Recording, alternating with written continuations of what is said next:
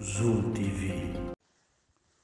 Pour booster l'exploitation de ses ressources gazières et pétrolières, le Sénégal fait appel à l'Allemagne et à l'Angola.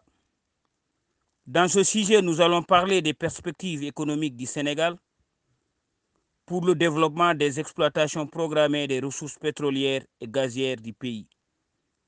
Des États comme l'Allemagne et l'Angola prêts à accompagner ces projets.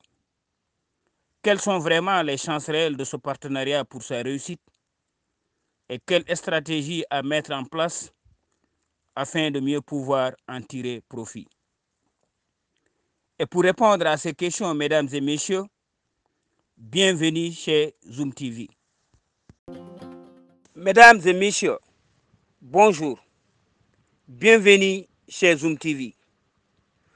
Dans cette vidéo, on va parler sur les ambitions de la valorisation des ressources pétrolières et gazières du Sénégal et comment un pays comme l'Allemagne pourrait y injecter des fonds pour le développement futur du potentiel gazier sénégalais. Mais aussi surtout de la main tendue de l'Angola pour donner un coup de pouce aux autorités sénégalaises et profiter de leur expertise dans ce secteur. En parlant de la mise en œuvre future de l'exploitation de ces ressources, disons que la chance est en train de sourire au Sénégal. Ce pays dont le coût d'importation des hydrocarbures représente un taux élevé de déficit dans la balance commerciale de l'économie. Et ces importations ont été toujours un lourd fardeau pour la compétitivité réelle de l'économie. Un transfert de devises qui a toujours freiné la croissance économique du pays. Et bien sûr, si le Sénégal arrive à relever ce défi d'exploitation, il pourrait se positionner comme la porte d'entrée des investisseurs en Afrique de l'Ouest.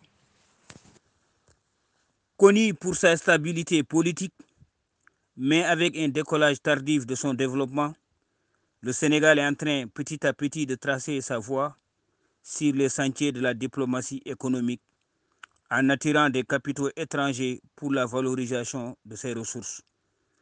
Et c'était sur un coup de sort et après de longues années de recherche que le pays a finalement découvert d'importantes quantités de pétrole et de gaz au large de ses côtes. Et par ce coup de chance, notons que le président Macky Sall est tout heureux et a aussi vraiment le vent en poupe. Après les découvertes du pétrole et du gaz dans les eaux profondes du Sénégal sous son règne, il est aujourd'hui très courtisé par des chefs d'État de puissance occidentale. Et du coup, des pays comme l'Allemagne tentent de se positionner sur le secteur gazier sénégalais. Une belle perspective de coopération entre les deux pays. Le chancelier allemand vient tout récemment d'effectuer sa toute première visite africaine au Sénégal, un voyage important pour booster les affaires entre ces deux nations. Et sûrement dans le cœur de leur discussion, il a été surtout question sur les investissements futurs à faire et le rôle que pourrait jouer l'Allemagne dans l'exploitation future de cette ressource stratégique pour ces deux pays. Disons, un vent de prospérité est en train de souffler sur l'Atlantique sénégalais. Et plusieurs pays européens frappés par la guerre entre la Russie et l'Ukraine sont en train de repenser à leur politique de sécurisation en ressources énergétiques, dont certains dépendaient largement de la Russie. Une collaboration de partenariat entre le Sénégal et l'Allemagne pourrait lui ouvrir de chances réelles dans l'exécution rapide de son plan de mise en développement des puits de Yakar et Teranga connus pour leur quantité énorme de gaz, estimée à plus de 50 TCF. L'implication aussi de ce géant européen dans les dossiers permettrait aux autorités sénégalaises de revoir leurs ambitions dans la participation financière au projet en cours de réalisation avec les compagnies pétrolières BP et Cosmos. Admettons que l'Allemagne accepte de parrainer le Sénégal pour sa prise de participation financière à côté de ses majors, à hauteur de quelques milliards d'euros par exemple, et alors dans ce cas, le pays pourrait prétendre à plus de participation dans le montage financier du capital estimé pour ce projet.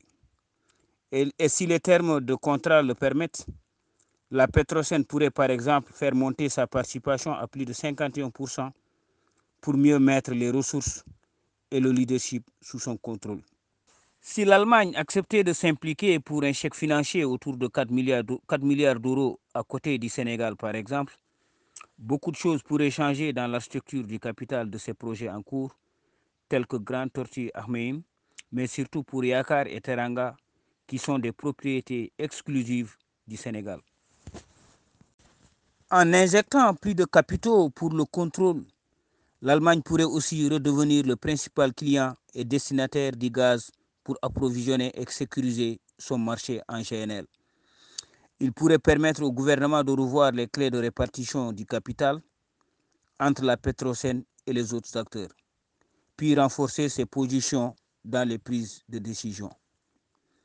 Dans le listing, le pays d'Angela Merkel pourrait aussi investir dans l'exploration future à côté de Petrosen, dans les côtes sénégalaises afin de découvrir d'autres potentialités riches de gisements en hydrocarbures dans le bassin sédimentaire.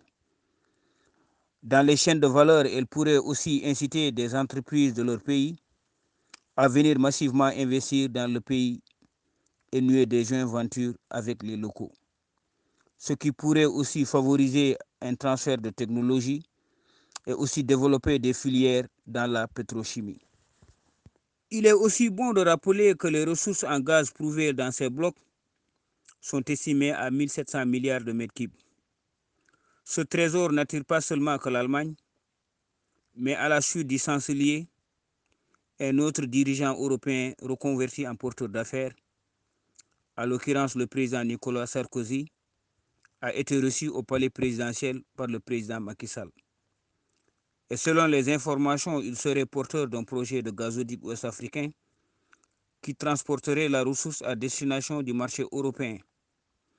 Et il serait prévu que le dispositif central soit installé au Sénégal, dont la position géographique très proche de l'Europe lui donne plus d'avantages pour devenir le hub gazier de l'Afrique subsaharienne pour connecter le reste du marché européen. Et une bonne chose ne vient pas souvent seule.